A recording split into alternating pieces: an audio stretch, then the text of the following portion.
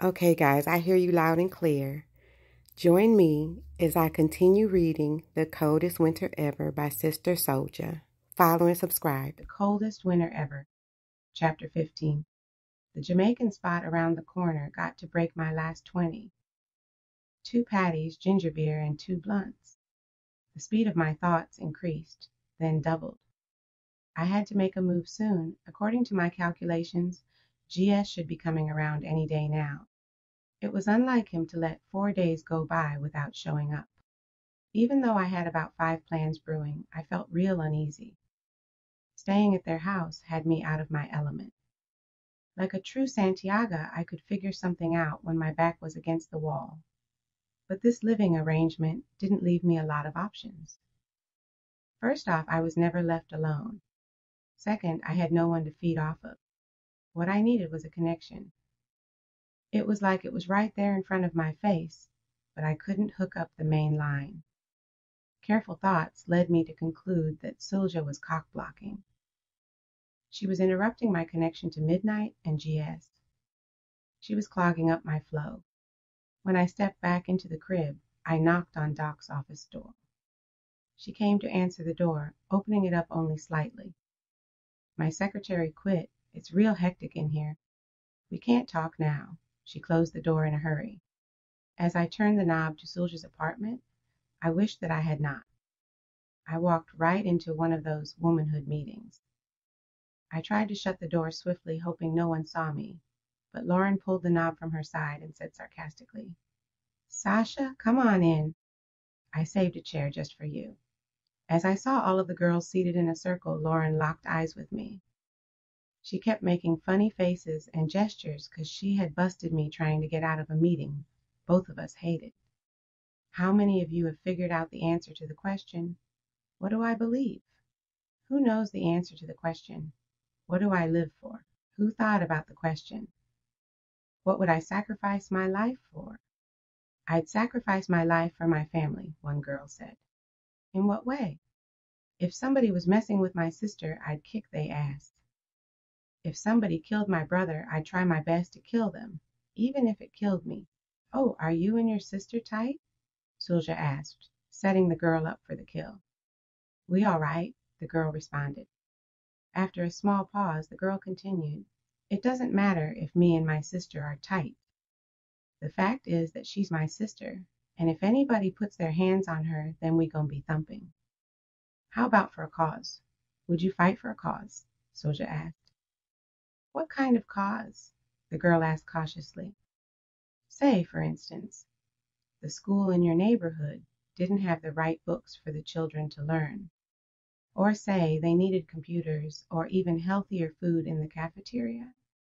The girl seemed to sense that this might be a trap, so she thought before she answered, then blurted out, No, I'm not getting involved in all of that. That's different. If somebody's beating my sister up or cheating her out of money, that's different, because that's like an emergency. What about you? Sulja asked the next girl. If my sister was in the school, then maybe I'd do something, the girl said. But why would your sister have to be in school for you to fight for the school? Because my sister's in my family, my family. I don't know those other kids, she said with attitude.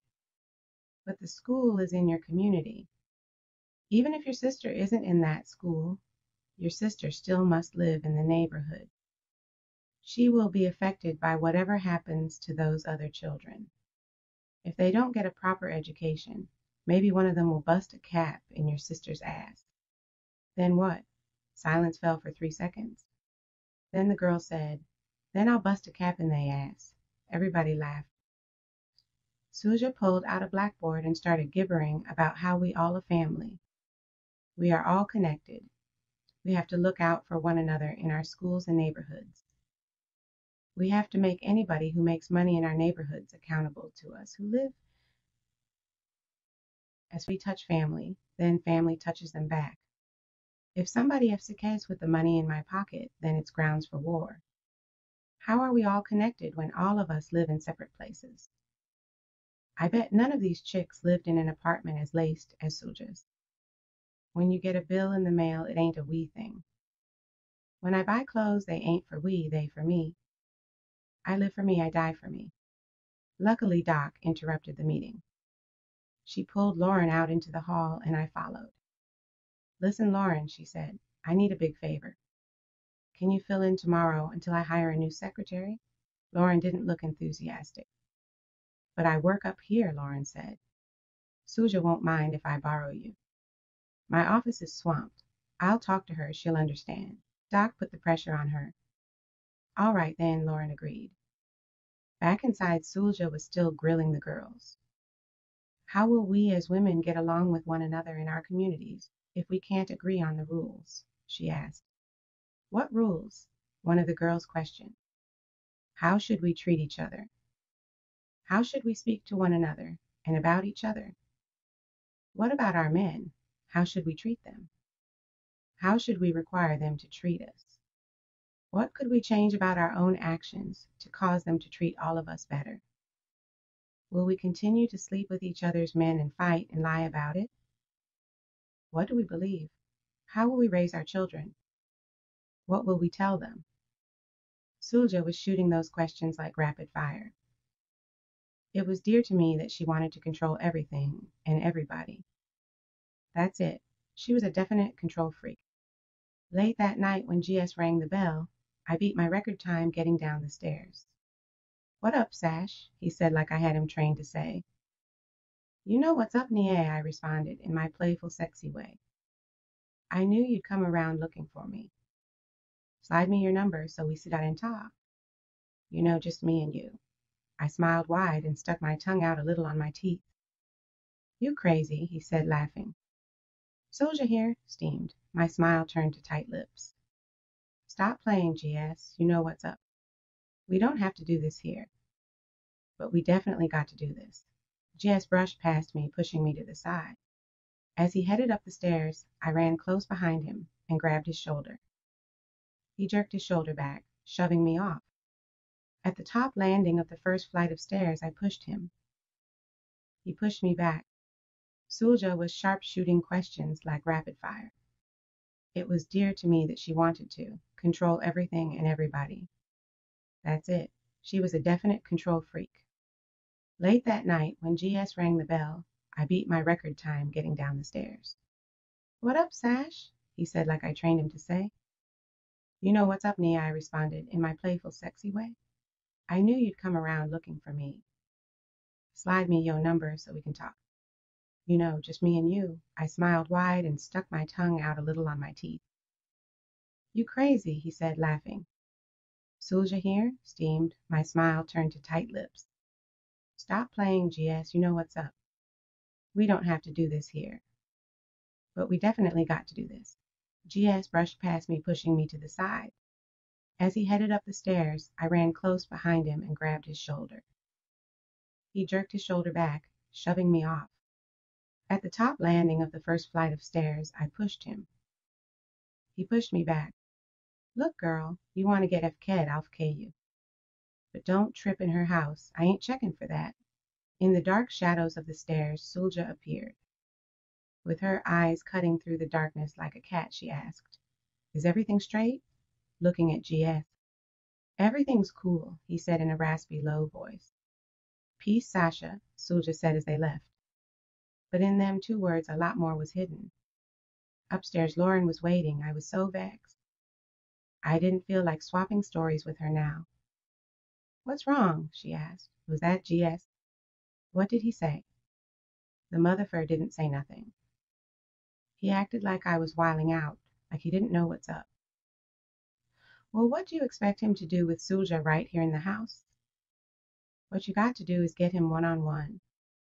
I already did that, I said, calm but angry. Did you get his number? How about the beeper? Nope, nothing. Damn, you fed up. How did that happen? You didn't get nothing?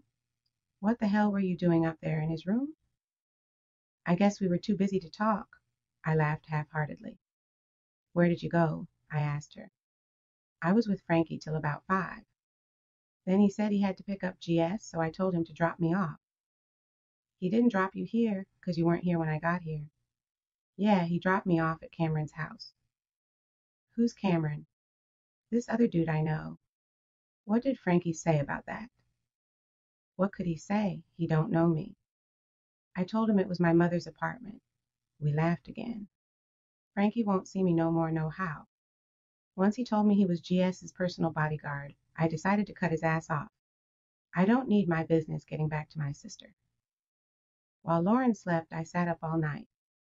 When I heard Solijah coming up the stairs, it was about 4 a.m. I only heard one set of footsteps. I decided to confront her in the darkened hallway with my nightgown on. So is GS your man? I questioned her. No, we're just friends, she said with no hostility. So how come the two of you are always together? We like each other, but we both know it wouldn't work out. Besides, he's leaving on tour tomorrow. She checked the time and said, I mean today. We never just saying goodbye. Why do you ask? I guess I didn't answer quick enough because she started talking again. I thought you had something for him. She said it like she was pleased with herself for knowing things before they happened. But if I did, it wouldn't matter to you, would it? I asked. Oh, it would, because I have feelings for him. But I wouldn't try to stop the two of you, because he's not my main. Come on in. We walked into her bedroom. Sit down, she said. GS is an entertainer. I told myself there's two kind of men I would never marry, a performer or a preacher. Why? I asked, thinking. Damn, who said anything about marriage anyway? Because you have to know yourself as a woman. You have to know what you want out of love and what you don't want. You have to know what you expect and what you're unwilling to accept or compromise. Now, a million women are in love with GS, or at least think they are. Whatever girl eventually gets him can never happy. Her mane will be hunted and desired by so many other women. Everyone will see her as the person who's in the way, the person they need to get rid of. A man like GS would have to work overtime to convince the woman he chooses that he really loves her, that he really will be faithful. For the most part, he'll probably try. He'll say no to 1,000 girls. Then there will be just that one. Someone with a beautiful face like yours, Sasha, a perfect figure and pretty toes, and he'll say yes to her. Or let's say he's faithful, half the time he'll be on the road. You would have to be the kind of woman who doesn't mind being left alone half of the time. That's not me. That's not what I want. Then with the performers, you never know anyway. Her voice lowered to a whisper, like this was top secret information. Never know what? A lot of them are bisexual. They look like men, dress like men, talk like men, are surrounded by women, but they sleep with men also. Not GS, I blurted out. You never know, she said. That's why you gotta watch for a long time before you jump into bed with someone. It's not what they say that gives them away. It's what they do and how they do it. I watch closely. Most things are not what they seem to be in this life. Most people are not what they seem to be in this life. Most people find it extremely hard to tell the truth about themselves. Living has taught me that. Sulja was undressing as she spoke. It was as if I wasn't even standing there. So who is good enough to be your man? I don't really think of it that way. I look at it as when I meet the man for me. I'll know it. I'll feel it and he will too. But even when I feel it and know it, I'll wait and watch for a good while. But if you like GS, give it your best shot if that's what you really want. As she sat down on the round bed in her bra and panties, under the dim light, my mind raced to figure out the riddles she was speaking in. She was like the kid around the block who you'd get all pumped up to fight. You take off your earrings, necklace, pull back your hair, and Vaseline your face. You'd give her your best punch, then she wouldn't hit you back. It just took the fun out of everything. So what's up with the digits? I asked, on my way out of her bedroom door. What digits? Oh, I thought maybe you'd hook a girlfriend up with GS's phone number. Come on now. I'm nice, but I'm not stupid. If you want to hook up with GS, you'll have to work it out on your own, between the two of you.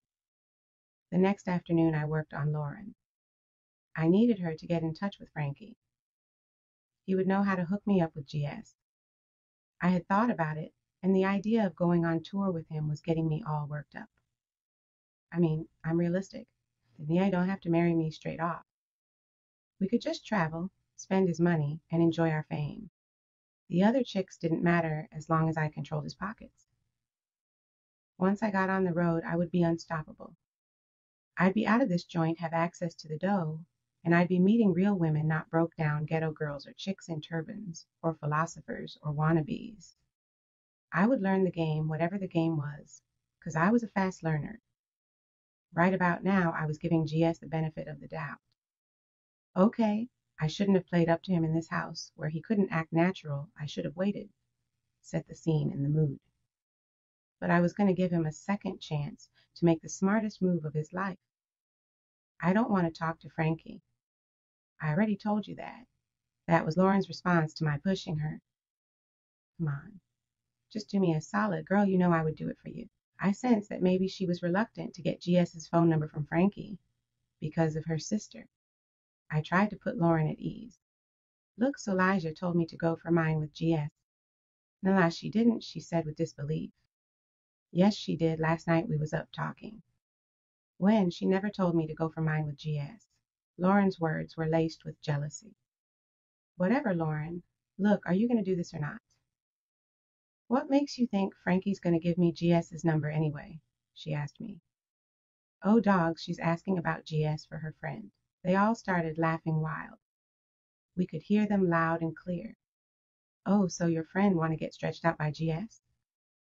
She got any friends? If we hook her up with G, she got to serve the rest of us too.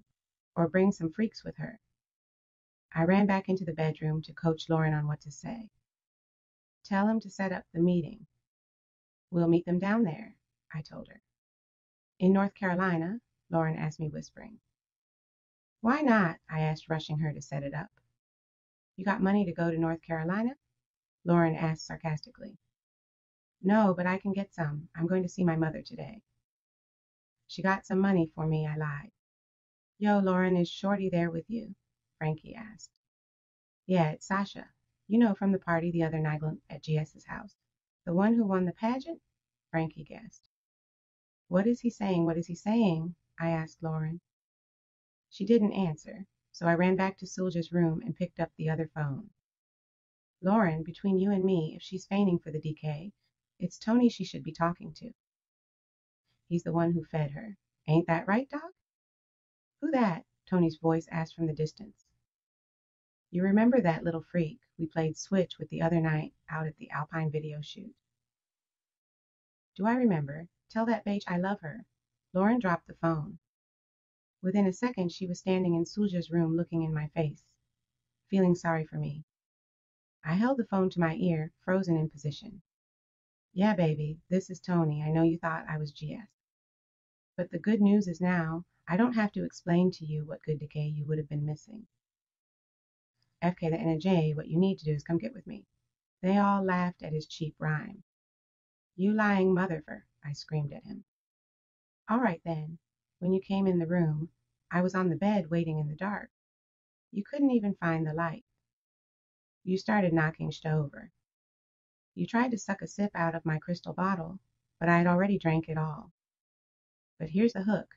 You got long pretty legs, big tits like cantaloupes, a small tight waist, and you love to go horseback riding. They all started cracking up. I love you, girl. Let's do it again. Vendetta is the word, except it isn't strong enough.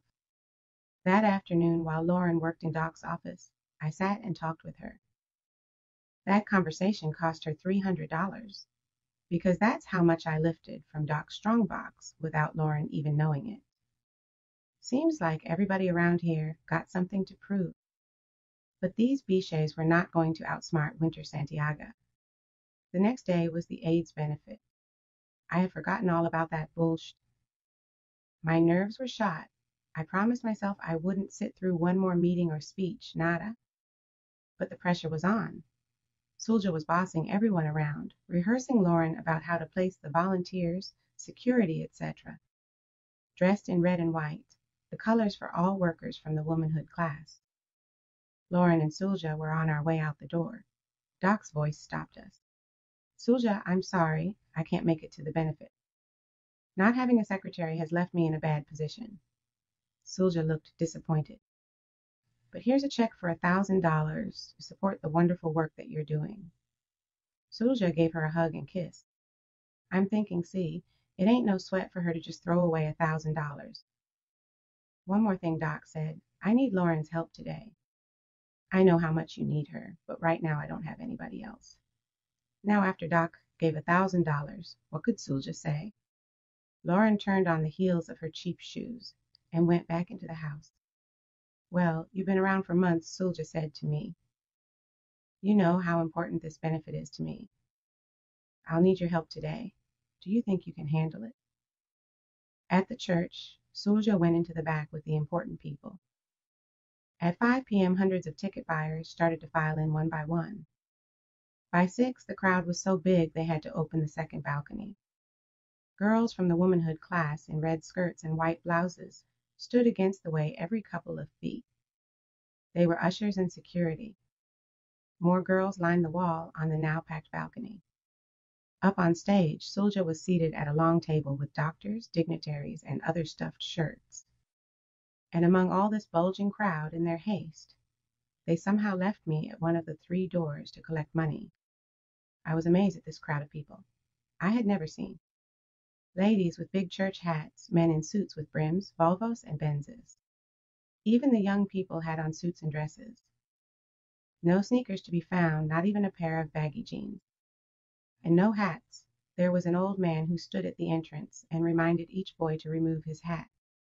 More surprising, however, was the flow of $20 bills piling up in my basket as I sat behind the table collecting on one side and 2 other girls, one of whom was Rashida, sat behind the table on the other side.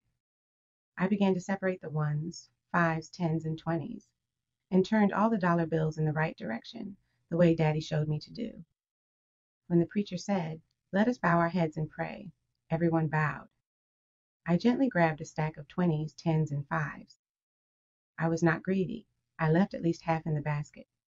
It was only a 2-step motion dropping the bills into my red coach bag, the one I had purchased to match GS's Jeep. When heads raised from prayer, I was my calm, courteous self. I resumed taking funds from the latecomers and stragglers. Setting myself up for a flawless getaway, I told Rashida, who was always ripe for the sucker roll, that I had a terrible stomachache.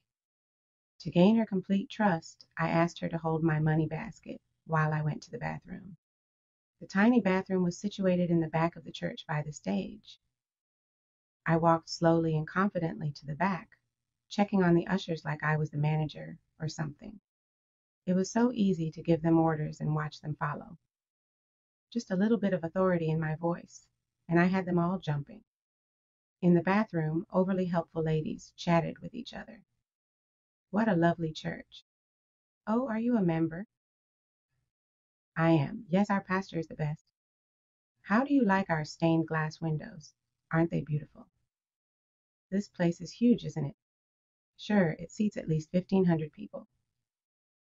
The 1,500 people sounded the loudest in my ear as I stood behind the door counting my new riches.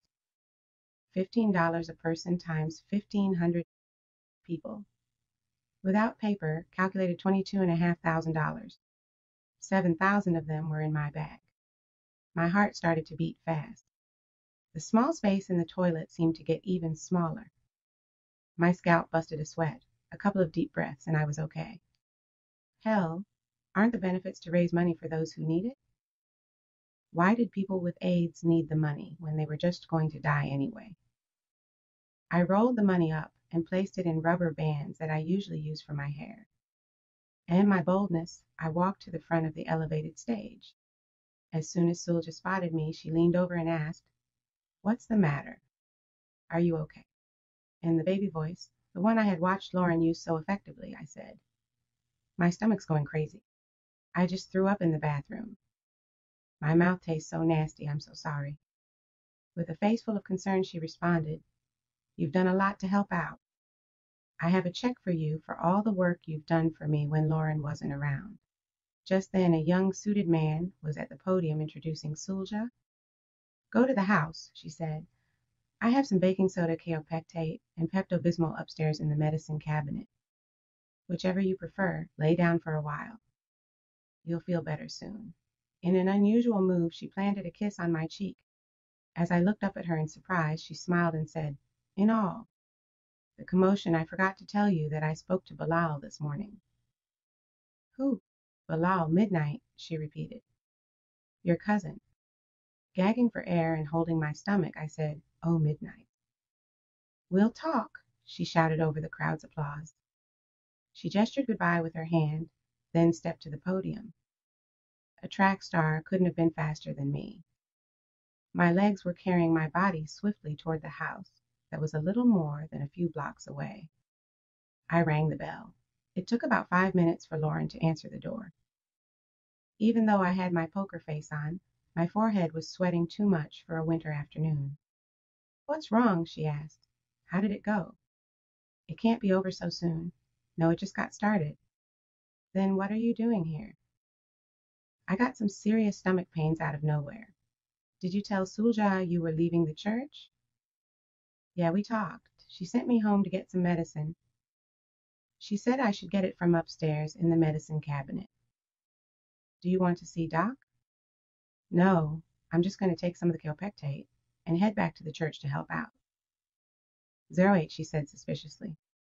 Upstairs, I ran into Sulja's bedroom. I took the key off of her jewelry box, which was right on top of her cluttered dresser. I opened the file cabinet and skipped feverishly through the Times. I had to check each one for the first name. Bilal, I didn't know his last name. Finally, I got to Bilalode. I grabbed the folder. I snatched the New York Times off of Sulja's bed and placed the folder and all of its contents in between the pages to conceal it. In Lauren's room, I grabbed my empty Nike luggage bag and placed inside it everything that absolutely could not be left here. I surveyed Lauren's dresser for my belongings. I saw my beeper and threw it in the Nike bag. Out of nervousness, I checked my red Coach bag again. No problem. My money was still there.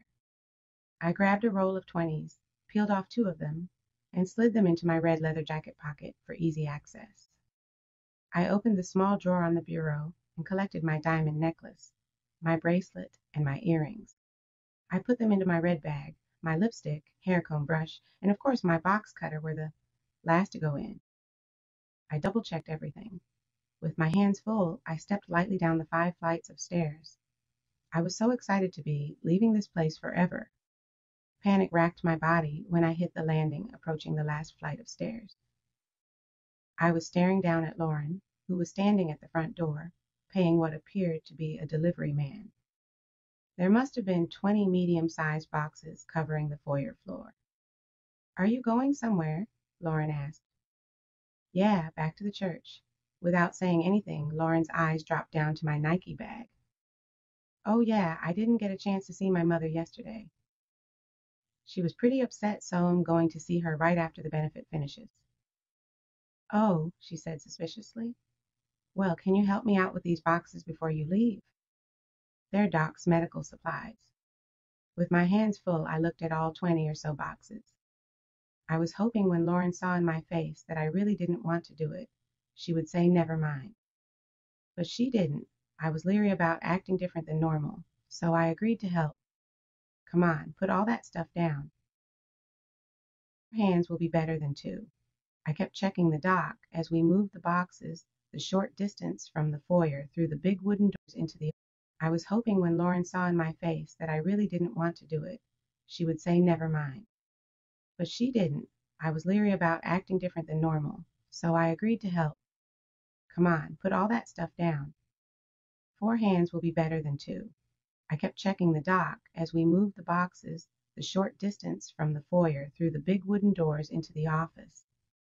The final destination was the supply closet. No matter what, I kept sweating. Even my palms were sweating now. My heart was pounding so fast I swore Lauren could hear it. I reassured myself I was being ridiculous. As soon as we finished, I picked up all my stuff. As casually as I could, I said, "All right, Lauren, I'll see you either late tonight or tomorrow morning." "Sure, thanks," she said. "See you." Outside, the cab driver asked, "Where are you headed to?" For seconds, nothing would come out of my mouth. I did not know. "To a hotel," I finally said. What hotel? The Marriott in New Jersey, right over the bridge and off the highway. In Jersey? He repeated. That's going to cost you $35. No problem, but he still didn't move the cab. I reached into my pocket, gave him one of my 20s to get him to start driving. As I looked to my right, I saw Lauren's face disappear as the window curtain being held by her hand dropped back into place. We pulled off. When I opened the file tucked inside the New York Times, the first thing that fell out were old newspaper clippings. The first article I picked up had a picture of my father and our house in Long Island. The second paragraph mentioned me by name as well as my mother. F&B Solia, I mumbled. She knew who I was all along. But the fact of the matter is I got the last laugh. She would never be able to prove I took that money. She had too many people collecting it and no system to account for who had what. As I checked further into the file, there were letters in opened envelopes and loose papers. Some letters were from Midnight to Sulja. The papers were copies of letters from Sulja to Midnight. There would be no more secrets. I was going to look through everything and read every word. Most importantly, I would soon discover, I hoped, where Midnight lays his head at night. We need a major credit card to secure your registration, ma'am, the lady at the desk said. You don't take cash? Yes, if you would like to pay cash, that will be fine. It'll be $200 for the room and a $20 refundable deposit for the phone. Happy to shut the snotty receptionist up, I unzipped my coach bag and reached in for my roll of 20s. Instead, I pulled out 2 bottles of Wet n Wild lip gloss and a half-eaten chocolate chip cookie. I stood staring at my own hand as if I had 6 fingers. The picture frame froze. Everything in front of my eyes stuck in the same motionless position. Lauren, described by her sister as the trickster, had switched her red leather coach bag with mine. As I squatted down to check the bag, not because I had hopes that it was mine, but out of disbelief, I flipped it over and emptied its contents onto the hotel carpet. There was nothing of value in the bag. The inside stunk from the odor of 2 bottles of rubbing alcohol she had in there. She must have thrown these in at the last moment, so I wouldn't notice the weight change. As every muscle in my body collapsed from the sheer stress of the situation, my butt hit the floor. The voice of the hotel woman was flying over the counter and dropping down onto my ears. Excuse me, miss, do you want the room? I'll be back, I called to her. I used my hands to sweep all the junk, except the crumbs, back into the bag. I walked away in slow motion, lifting my Nike bag off the bellhop's trolley. Wow, what do you think about this chapter? What do you think about the book, the series as a whole? Leave it in the comments. Remember to subscribe, share, and turn on the notifications so you'll know the next time I upload a video. This really will help my channel. Thank you so much for watching. Until next time, be safe. And check out Picking Up the Pieces to 100 Broken Promises by Ushima Cherry Burks, available on Audible and in every major bookstore. There's also a companion workbook to help you work through your childhood or interpersonal trauma. Check that out, Picking Up the Pieces to 100 Broken Promises, the companion workbook. We also have a gratitude journal. Did you know that writing in a gratitude journal once a day helps to improve your mental health? And here's my medical journal. Keep track of your doctor's appointments, your symptoms, your appointments. Take care of yourself, guys. Until next time.